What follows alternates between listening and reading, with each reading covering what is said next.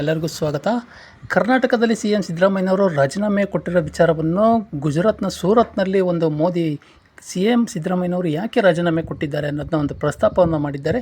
ಈ ವಿಚಾರವನ್ನು ಗುಜರಾತ್ನಲ್ಲಿ ಮಾತಾಡಿರುವುದು ಸಹ ಒಂದು ಕುತೂಹಲಕ್ಕೂ ಸಹ ಕಾರಣವಾಗಿದೆ.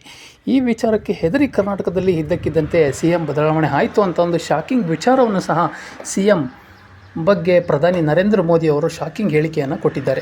ಪ್ರಧಾನಿ ನರೇಂದ್ರ ಮೋದಿ ಅವರ ಭಾಷಣ ಈಗ ಇಡೀ ಕರ್ನಾಟಕ ರಾಜಕಾರಣದಲ್ಲಿ ಹೊಸ ಬಿರುಗಾಳಿಯನ್ನು ಎಬ್ಬಿಸಿದೆ ಅಂತಲೇ ಹೇಳಲಾಗ್ತಾ ಇದೆ.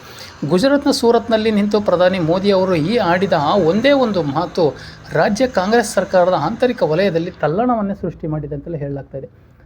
ಕರ್ನಾಟಕದಲ್ಲಿ ಇತ್ತೀಚೆಗೆ ನಡೆದ ಹಠಾತ್ ಮುಖ್ಯಮಂತ್ರಿ ಬದಲಾವಣೆಯ ತೆರೆಮರೆಯ ಅಸಲಿ ರಹಸ್ಯವನ್ನು ಸಹ ಮೋದಿ ನೇರವಾಗಿ ಬಹಿರಂಗಪಡಿಸಿದ್ದಾರೆ. ಕಾಂಗ್ರೆಸ್ ಹೈಕಮಾಂಡ್ ಹಠಾತ್ತನೆ ಸಿಎಂ ಮುಖವನ್ನು ಸಹ ಬದಲಾಯಿಸಿದ್ದು ಯಾಕೆ ಹಾಗೂ ಇದರ ಹಿಂದೆ ಅಡಗಿದ್ದ ಜನಾಕ್ರೋಶದ ಕಥೆ ಏನು ಎಂಬುದನ್ನು ದೇಶದ ಜನತೆಯ ಮುಂದೆ ಬಿಚ್ಚಿಟ್ಟಿದ್ದಾರೆ.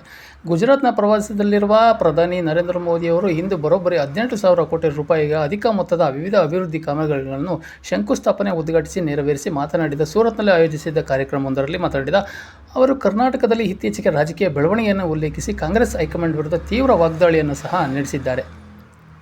ಕರ್ನಾಟಕ ಕಾಂಗ್ರೆಸ್ ಸರ್ಕಾರದ ವಿರುದ್ಧ ಅಲ್ಲಿನ ಜನರಲ್ಲಿ ತೀವ್ರ ಆಕ್ರೋಶ ಮತ್ತು ಅಸಮಾಧಾನವಿತ್ತು. ಇದೇ ಕಾರಣಕ್ಕಾಗಿಯೇ ಕಾಂಗ್ರೆಸ್ ಪಕ್ಷ ಅಲ್ಲಿ ತನ್ನ ಮುಖ್ಯಮಂತ್ರಿ ಸಿದ್ದರಾಮಯ್ಯ ಅವರನ್ನು ಬದಲಾಯಿಸಬೇಕಾಗಿ ಬಂದಿತು ಎಂದು ಪ್ರಧಾನಿ ನರೇಂದ್ರ ಮೋದಿ ಅವರು ಭಾರೀ ವಾಗ್ದಾಳಿಯನ್ನು ನಡೆಸಿದ್ದಾರೆ. ಕರ್ನಾಟಕದಲ್ಲಿ ಕಾಂಗ್ರೆಸ್ ಆಡಳಿತ ವೈಫಲ್ಯ ಹಾಗೂ ಆಂತರಿಕ ಅಸ್ಥಿರತೆಯಿಂದಾಗಿ ಸಿಎಂ ಬದಲಾವಣೆಯಾಗಿದೆ ಎಂತಂದು ಗುಜರಾತ್ ನೆಲದಲ್ಲಿ ಪ್ರಧಾನಿ ಮೋದಿ ನೀಡಿರುವ ಹೇಳಿಕೆ ಈಗ ರಾಷ್ಟ್ರ ರಾಜಕಾರಣದಲ್ಲಿ ಭಾರೀ ಸಂಚಲನವನ್ನೇ ಮೂಡಿಸಿದೆ.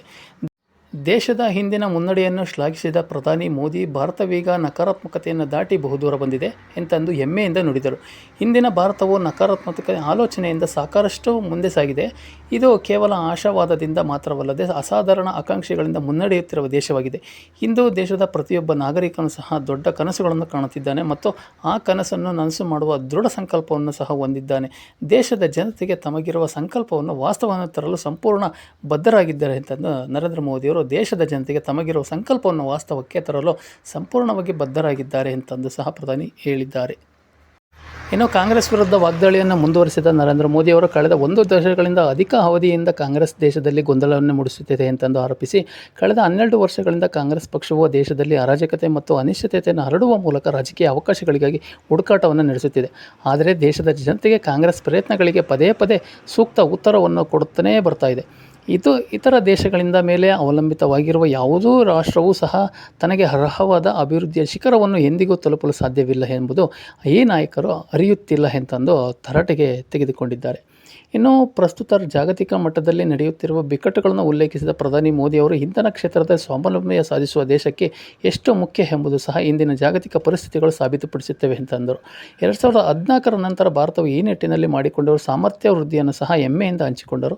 ಜಾಗತಿಕ ಬಿಕ್ಕಟ್ಟಿನ ನಡುವೆಯೂ ಸಹ ತಾವು ಒಂದು ಕಡೆ ಜಗತ್ತಿನ ವಿವಿಧ ಭಾಗಗಳಿಂದ ದೇಶದ ತೈಲ ಮತ್ತು ಗ್ಯಾಸ್ ಪೂರೈಕೆಯಾಗುವುದನ್ನು ಅತ್ಯಂತ ಸುರಕ್ಷಿತವಾಗಿ ಖಚಿತಪಡಿಸಿಕೊಂಡಿದ್ದೇವೆ. ಮತ್ತೊಂದು ಕಡೆ ನವೀಕರಿಸಬಹುದಾದ ಇಂಧನ ವಲಯದಲ್ಲಿ ಹಿಂದೆಂದೂ ಕಾಣದ ಮಾದರಿಯಲ್ಲಿ ಐತಿಹಾಸಿಕ ಮಟ್ಟವನ್ನು ಹೂಡಿಕೆಯನ್ನು ಸಹ ಹೆಚ್ಚಿಸಿದ್ದೇವೆ ಎಂತಂದು ಭಾರತವು ಈಗ ಇಂಧನ ಭದ್ರತೆಯಲ್ಲಿ ಬಲಿಷ್ಠವಾಗುತ್ತಿದೆ ಎಂತಂದು ಪ್ರಧಾನಿ ಈ ಮೂಲಕ ಒಂದು ಹೇಳಿಕೆಯನ್ನು ಕೊಟ್ಟಿದ್ದಾರೆ. ಹಾಗಾಗಿ ಈ ಒಂದು ಮಹತ್ವದ ಹೇಳಿಕೆ ಎಷ್ಟು ಮಹತ್ವ ಪಡೆಯುತ್ತೆ ಅನ್ನೋದು ನಾವೆಲ್ಲರೂ ಕಾದು ನೋಡಬೇಕಾಗಿದೆ. ವೀಕ್ಷಕರೇ, ಧನ್ಯವಾದಗಳು.